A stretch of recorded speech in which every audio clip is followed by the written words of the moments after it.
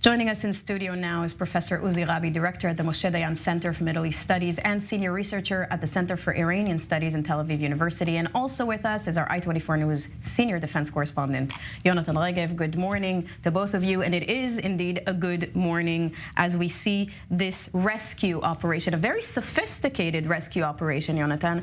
What do we know about what happened there? Well, as far as we understand, not all the details are clear yet, but as far as we understand, and as was mentioned in the briefing by the IDF spokesperson, the two hostages were held in the second floor of a building in Rafah. Special forces apparently landed on the roof of the building and then broke into the room, the space, the apartment where the two hostages were held. And we have to understand the difference between success, as so happily happened. The difference between success and failure is split seconds, because of course the forces have to arrive, break in, and do all that before the terrorists realize what is happening, before they have time first to react towards the incoming fighters, and also perhaps kill the hostages. But everything happened quickly. We have to understand the forces have to land in, locate the apartment, break in, usually with concrete doors, which are heavy concrete doors, which are obviously locked. No one is opening the door and welcoming them in. All that happened. They were able to break in, surprise the Hamas terrorists, kill them, and then also protect the hostages, because this quickly, in a matter of seconds, became a battle zone. And we heard the IDF spokesperson saying that those fighters protected with their own bodies, protected the two hostages, making sure that they walk out of there alive as quickly as possible and make it safe to safe areas. Another question that was brought up here, Palestinian claims about the fact that many Palestinians were killed during the operation. What exactly were they expecting? What did they think would happen? That Israel would not go after the hostages and try to rescue them? That if there is such an operation, it would not end with many terrorists killed? What exactly did they expect? Is this the NATO Peace Corps? Obviously, a lot of Palestinians were killed. These are not exactly Mother Teresa that was killed. These are terrorists involved in kidnapping, involved in the worst possible things. And yes, they were killed. If the Palestinians, if Hamas wants to raise the claims to the world, go ahead. And again, we're talking about innocent hostages in this case, and we see the pictures. Elderly hostages, 60 and 70 years old. These are elderly hostages who were kidnapped from their homes in their kibbutz and held hostage for 4 months. 4 months, that's quite a long time. Uzi, I'd like to ask you about the intel required in order for such an operation to go through. Is this intel that the IDF probably received from Hamas terrorists they captured over these last couple of months? Yes, I definitely think that some of the information was gathered actually by those who took into captivity. I mean, I'm talking about Hamas Nukhba guys who actually stopped fighting and under interrogation actually provided Israel with some information. But I think that this is not the only source. I think it's an ongoing, actually, intel gathering all over the place.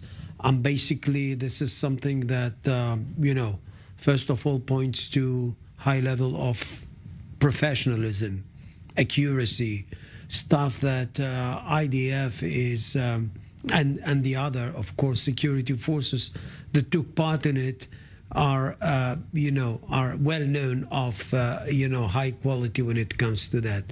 But I think that on top of that, this is so important for Israel because Israel has said time and again that is fully committed to this hostages issue, and this is kind of a reminder of how committed Israel is, because those guys actually were sacrificing themselves, actually ready to sacrifice themselves in order to just rescue those hostages.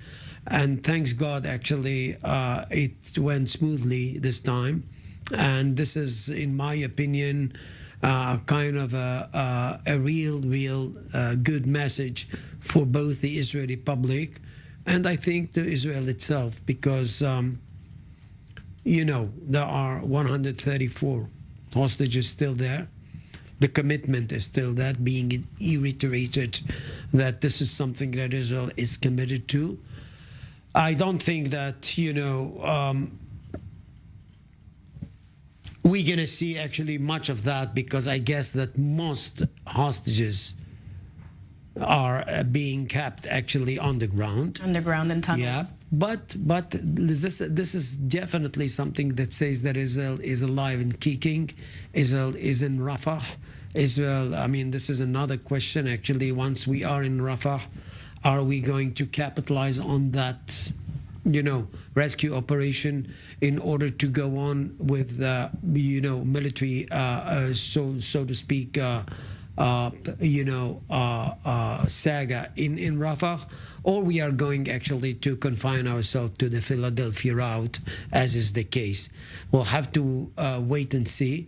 The other thing is how Hamas is going to react. To respond. Yeah, because basically, we know from previous knowledge that they would actually, try to come up with a more tight, surveillance on the hostages, monitoring actually all passages. This would make it much more difficult on the one hand, but we have to remind ourselves, the more Israel is deepening its penetration, militarily speaking, in the Gaza Strip, the more levers actually you acquire when it comes to hostages and when it comes to a possible deal, which is being, talked about in Cairo at this moment.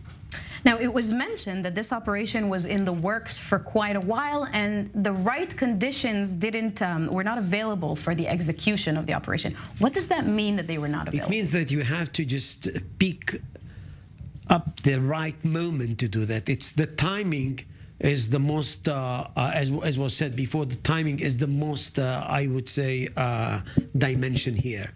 The most important element, and this time actually you can see how things actually were performed smoothly, and not only because actually you got the Yamam and you got the special forces, you got the all other disciplines of military work actually being gathered together.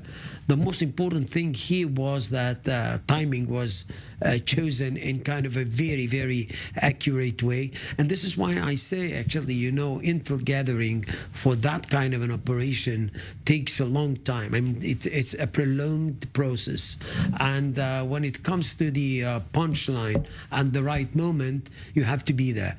If you snooze, you lose. So that time it was very right in time and very successful.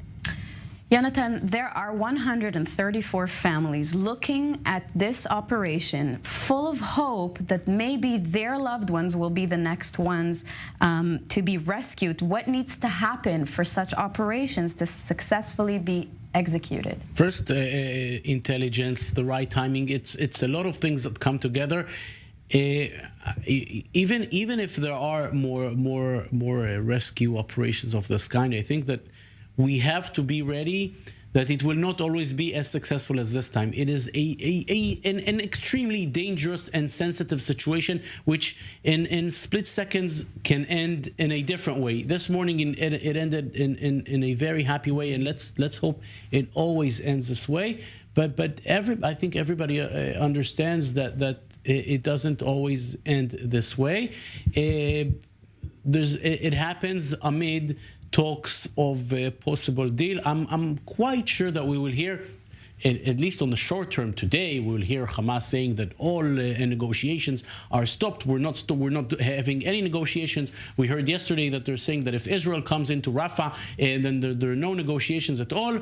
On the short term, we might hear that. On the long term, Hamas lost two very important cards today. The hostages are I'll call it the biggest card, maybe the only card that Hamas has, but a very strong card. We know what the meaning is of the hostages, dead or alive, even bodies. They are an important issue for the Israeli society, and Hamas, I think, understands that Israel is eager on bringing them back, even with military operations, and if a deal is not reached at some point, then Hamas may lose cards. I want to be very optimistic and say that Israel can rescue everybody, but I think that's way too illusional and delusional. But Israel proved that it can bring hostages back by force, and Hamas, after putting those impossible terms it did put last week on the deal, could perhaps understand that it's time to perhaps soften its demands, because Israel can bring hostages by power, and Hamas were told reportedly by Egypt yesterday, if you don't soften, if you don't go back on some of your demands, Israel will eventually go to Rafah, and we will not stop them, according to the Egyptians. So it might have an effect on the hostage deal on some ways. We will, of course, have to wait and see. On the other hand, Hamas is now well aware. They were well aware before, but now they're well aware that they have to be extremely tight on the way that they watch the prisoners, because the hostages, because Israel is after them.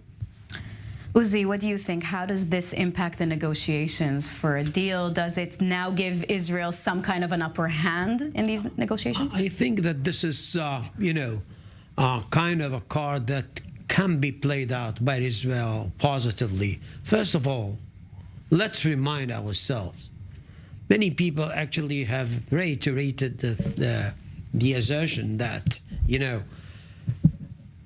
deepening up the military attack in Gaza stands in sharp contrast to hostages release.